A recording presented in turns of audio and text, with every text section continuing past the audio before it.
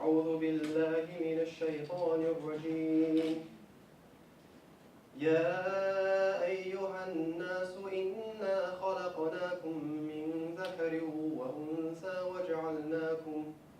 وجعلناكم شعوبا وقبائل لتعارفوا إن أكرمكم عند الله أتقاكم إن الله عليم خبير صدق الله العظيم رب اشرح لي صدري ويسر لي أمري واحلل عقدة من لساني يفقهوا قولي آمين يا رب العالمين فالحمد لله والصلاة والسلام على رسول الله وعلى آله وصحبه أجمعين أما بعد السلام عليكم peace be upon you. Good afternoon, ladies and gentlemen, my brothers and sisters in humanity and my brothers and sisters in Islam.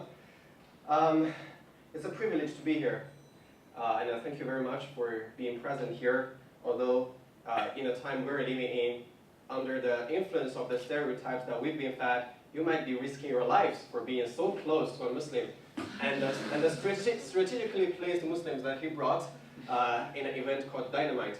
So I really appreciate your courage. So the verse that I recited earlier was from the Quran, the religious scripture of the religion of Islam, which we believe to be the literal words of God. And it beautifully encourages peoples of different culture and racial backgrounds to interact with each other and to know each other. And that will be the underlying theme of the story that I want to share today. When I was given this topic, when I was invited to talk on this history, I was actually very shocked by my ignorance of this topic. I really don't know much about the history of my own ethnic group and in general Chinese Muslims. So I started reading some books, I did some research on this topic, and that's why I really agree with the opening speech of the host by saying that sometimes we need to find things that we care about, and we share the things that we care about, instead of just going to lectures and being fed whatever you should know to get good grades or good results in society. Ideas do break barriers, because I feel like I've never been so dedicated to writing something, than writing the script for this speech. And I wrote such an impressive and sophisticated script that I can't remember all the content. That's why I have to constantly go back to, I have my iPad here, I have to sometimes read from it. I hope you don't mind, and I hope you forgive me for my incapability of memorization. So let's get it started. There are about 100 Muslim undergraduate students in this university. Among them, 1.5 is Chinese. And I'm not joking when I say 1.5, because the only other guy is half Pakistani, half Chinese. He's sitting right there. Brother Tariq, say hi to everybody. A lot of people who met me for the first time, they asked me, are you from Malaysia or Indonesia? They didn't even give me a chance to be Chinese. So, and they were all very shocked when I told them that I'm 100% made in China. It's funny because that's usually the least shocking thing. I mean, they know there are Muslims in China. After all, we're talking about 1.3 billion people, right? People wouldn't doubt you if you tell them there are X-Men in China. But many of them had never seen one Chinese Muslim in flesh, and they wouldn't have imagined that there are more than 20 million Muslims in China. And that unlike many other non-Muslim majority countries where Muslims are seen as foreign, the Muslims in China have long been integrated into the Chinese nation and forged this unique identity that represents two great civilizations. How did they really adapt to the society and contribute to its development? How did they maintain their faith and distinct practices while being challenged by the mainstream ideology? How did their thoughts and actions interact with other traditions in China? These questions lead to valuable perspectives and profound understandings, not only about Chinese Muslims, but about Chinese history and Islam and how ideologies influence each other. However, this has been a much underappreciated area of study. I mean, we have no common core on this topic, or maybe one I heard. I really think that it requires, it needs, it deserves more attention and awareness. So that's why being a successor of the product of this cultural encounter, being a Huizu, a Chinese Muslim born and raised in China, I want to try my best. And I say try my best because I'm a civil engineering student, and you don't expect me to know anything about this topic. And there are many more, knowledgeable people sitting there, experts looking at me. So I'll try my best to unveil this hidden legacy a little bit and try to highlight a few points that might help us better understand this world we're living in, and its ever-growing interactions among beliefs and ideas, and how we can, find a balance between the English garden mentality and the French garden mentality. There are more than 10 different opinions, and by the way, you've noticed that I haven't changed my slide for about past 30 minutes, because I don't know if I should apologize or congratulate you that my slides, except for this one and the previous one, only have pictures, no words. So I guess I should congratulate you for that. There are 10 different opinions on when Islam first came to China. The majority of historians believe that substantial visit of Arab Muslims to China started around year 651. At this time, the leader of the young Islamic empire was the third caliph, Uthman ibn Affan, administrating a very wide dominion, as you can see. After his predecessor, the second caliph, Umar ibn al-Khattab, conquered most of the Persian Empire and Byzantine Empire. Meanwhile, in the Far East, the second emperor of the Tang Dynasty, Tang Gaozong, was continuing amazing prosperity produced by his predecessor, Tang Taizong. So in a way, this was a time when both civilizations were at a peak of power and strength. So naturally, there were rapidly increasing cultural and commercial interactions between them. According to historic records, there are more than tens of thousands of foreign merchants in Chang'an, the capital of the Tang Dynasty here, during the prime period of the Tang Dynasty. And most of those foreign merchants are Arab and Persian Muslims. These merchants come through both land and sea. And the destination of the sea route is Guangzhou, the city in southern China, which was like a World Trade Center at the time. And it was largely agreed upon that one of the companions of Prophet Muhammad, peace be upon him, by the name of Sa'd ibn Abi Waqqas, actually came to China and constructed the first mosque in China, which is still in Guangzhou today. If you ever visit, you will see it's called Huaisheng Si or Guangta Si. So it has been there for more than 1,000 years. Despite the large number of these Muslim merchants in China during the Tang Dynasty, they were clearly exotic, right? They had real beards, not like mine. They had real big beards, and they had very distinct dress code, and they have very distinct daily practices, for example. So they were exotic, and they were affectionately called by the Chinese people "fan ke," foreign guests. So, but their trade activities, especially the marine trade, largely contributed to the economy of China. That's why the government enacted a lot of policies and incentives to encourage their business and their stay in China. So gradually they are treated more and more like local people. They're actually enjoying very good privileges in China, something maybe President Trump can learn about. So they're treated more and more like local people, and then many of them started settling down, starting families with local people, giving birth to people like me, well, like my ancestors, to be more accurate. And that's why in the Song Dynasty, after the Tang Dynasty, the number of Muslims in China further increased and more dispersed in this entire region, moving towards the inland. So if in the Tang Dynasty, Islam was still a foreigner's religion, then in the Song Dynasty, it had established its place in China. In 1206, in year 1206, Genghis Khan united Mongolia, and that's only the beginning of his vast conquest. Almost invincibly, the Mongols brought nearly the entire Asian continent into their rule. In the year 1258, remember this year, for the world would never be the same again after this year.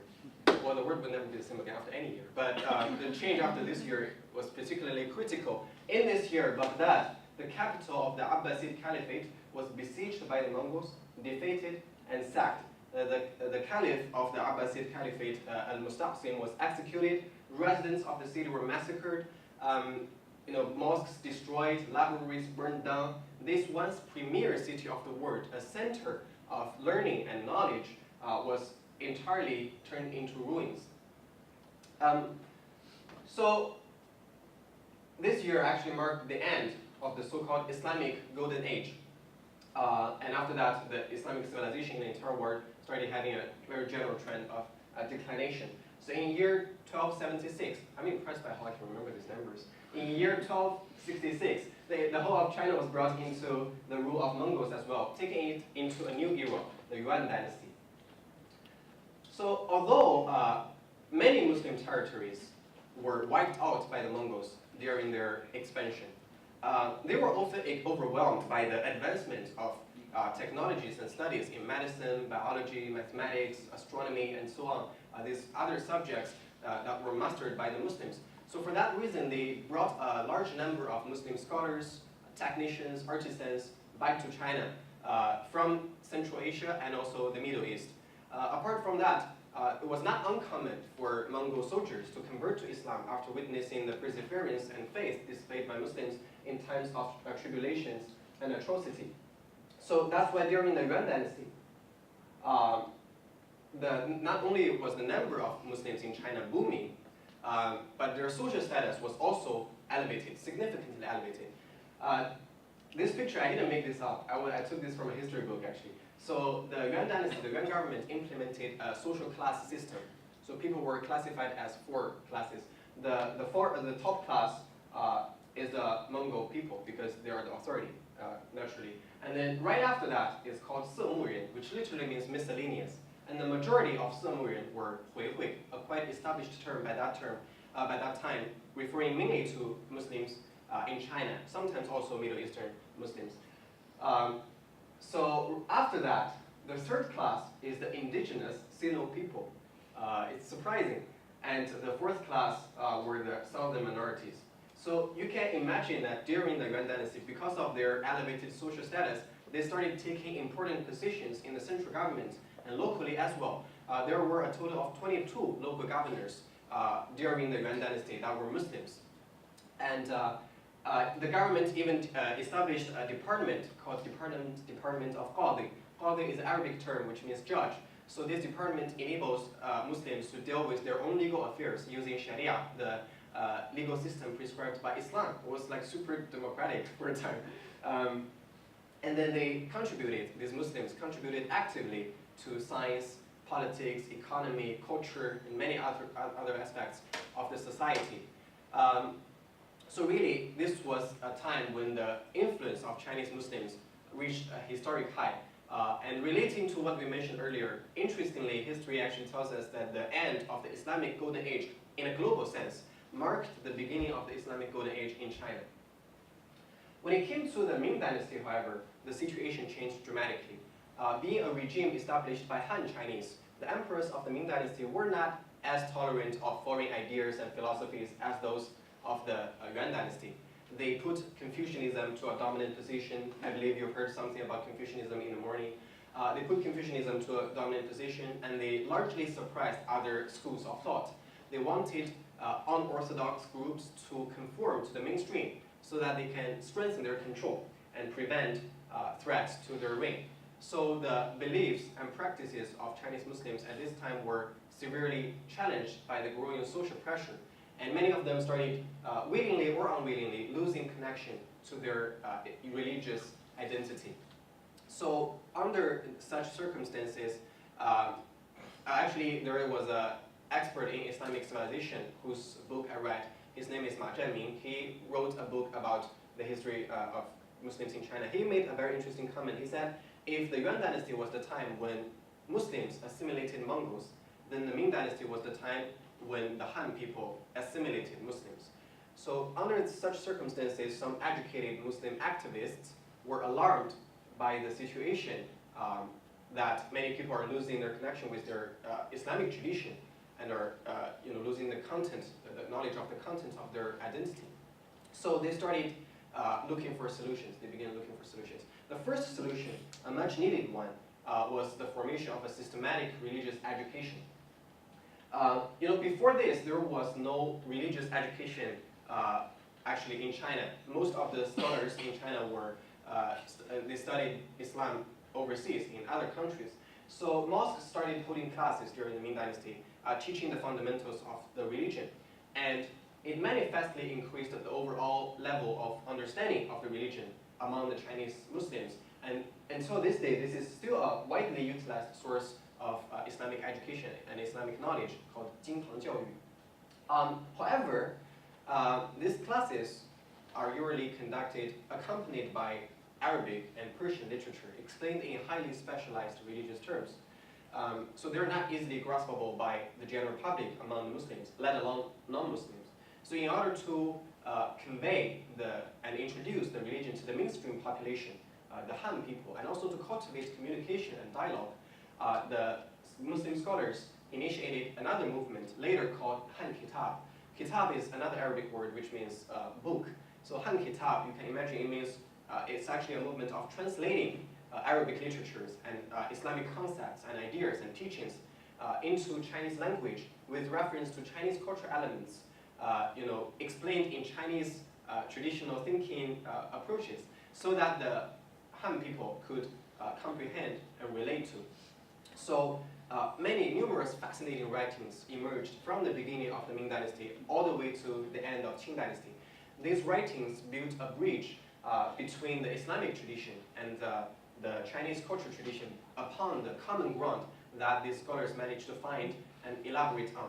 These writings used highly intellectual arguments and discussions to convince the Chinese people that the values and views of Islam have much more similarities to their own, Confucianism or otherwise, than differences, that these teachings, the Islamic beliefs and practices are sensible and reasonable, are beneficial to the society, the prosperity and harmony of the society that they shared. These writings really defended the rights of these marginalized Muslims in China for their religious freedom and also the room to exist in peace. Although the movements of Han Kitab and mosque education left precious legacies for later generations to study and to reflect, it didn't quite stop the Qing government from severely oppressing and exploiting the Muslims in China. So during the Qing Dynasty, there were heavy taxes imposed upon the Muslims. Their living situation, their living conditions were really bad. And until 1862, year 1862, the Muslims in the Northwest, which is actually where I come from, couldn't stand this kind of oppression for any longer. And there was a revolt ignited by the Muslims, the Hui people especially, against the Qing government. And it soon turned into a catastrophic war between the Hui and Han people. I mean, it started as an anti-monarchy war, actually, but it later soon transformed into a racial war. You can see it become a revenge sort of a thing. So millions of people died of both ethnicities. It was a very dark page of the history. And eventually, the Hui people were defeated by the Qing army and slaughtered almost mercilessly. When it comes to 1911, the Xinhai Revolution, inspired by our alumni, actually, Hong Kong U alumni, Dr. Sun Yat-sen, overthrew the Qing government and 2,000 years of monarchy in China, or did it? So this was a new age for the Chinese nation, a brand new page, and the Muslims didn't miss out on the opportunities brought about by this new age. New schools came into existence where both secular sciences and religious knowledge were taught.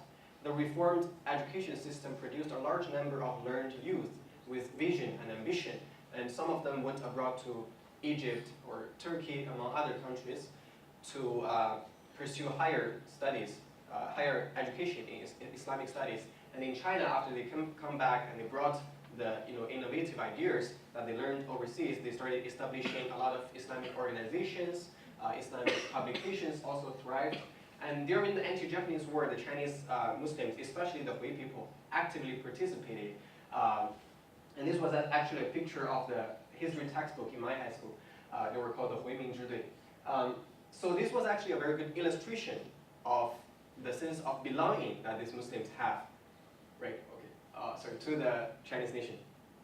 All right, I'll move faster. After that, PRC was founded, People's Republic of China, by the Chinese Communist Party. And generally speaking, Islam is experiencing a moderate revival in China nowadays. The picture on the left was a mosque in my city, in my hometown. It's almost located at the very center of the city. And the picture on the right is a mosque in Xining, in Qinghai province, and these compacting people on the street were attending a congregational prayer on the occasion of Eid al-Fitr, one of the two annual Islamic festivals. So that was a long and tedious, but actually super brief account of the history of Muslims in China. I hope you are still alive, because if I bored any of you dead, maybe tomorrow they will still report it as a terrorist attack. Innovative ways of terror. Anyway, So that long history, almost over 1,300 years of history of Chinese Muslims in China, gives us insights into Chinese history and how ideologies influence each other. Islam in China did take influence from the Chinese culture and developed very uniquely localized features such as architectural style.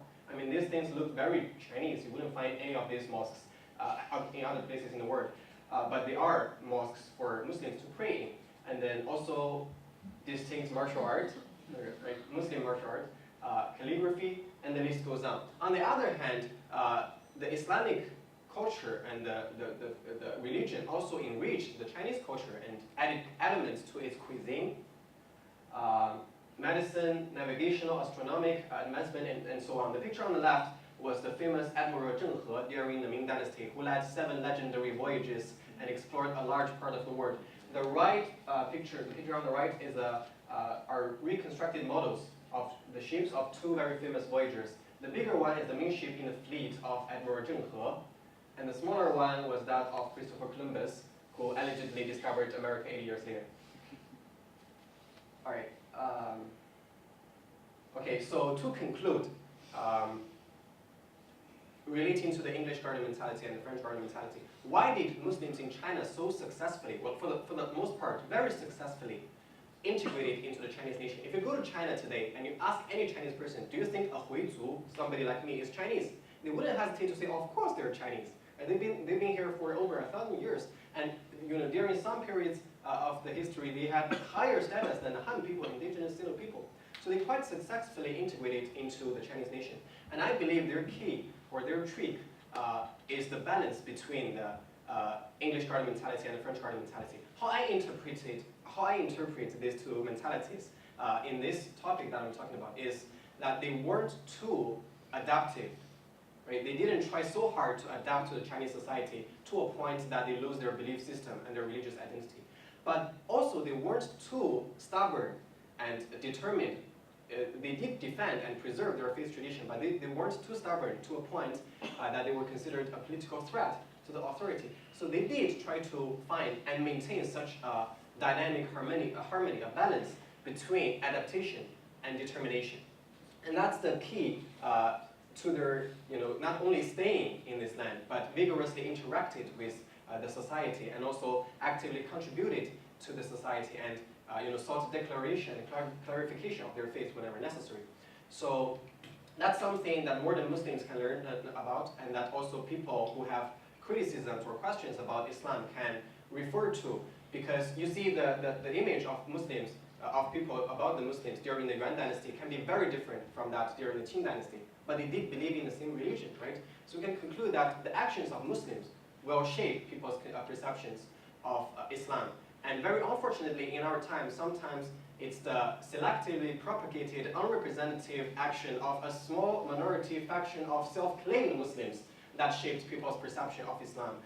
So we should also, in our intellectual inquiry of a faith tradition, or anything else in the world for that matter, we should also find a balance between the English garden mentality and the French garden mentality, in the sense that we shouldn't be, we shouldn't mold information into our preset stances. Like you already have an opinion, and you just try to find whatever evidence that supports your opinion and ignore the rest of the information. That leads to prejudice and bigotry. But also, you shouldn't be too English garden in a way that you blindly follow the media and whatever it tells you and lose your independent and critical thinking. So that's a balance we should also find. So ladies and gentlemen, I want to end by quoting a beautiful statement made by a wise man. The most beautiful garden is built upon that balance. By revealing the identity of this wise man, I end my presentation. And thank you very much for your attention.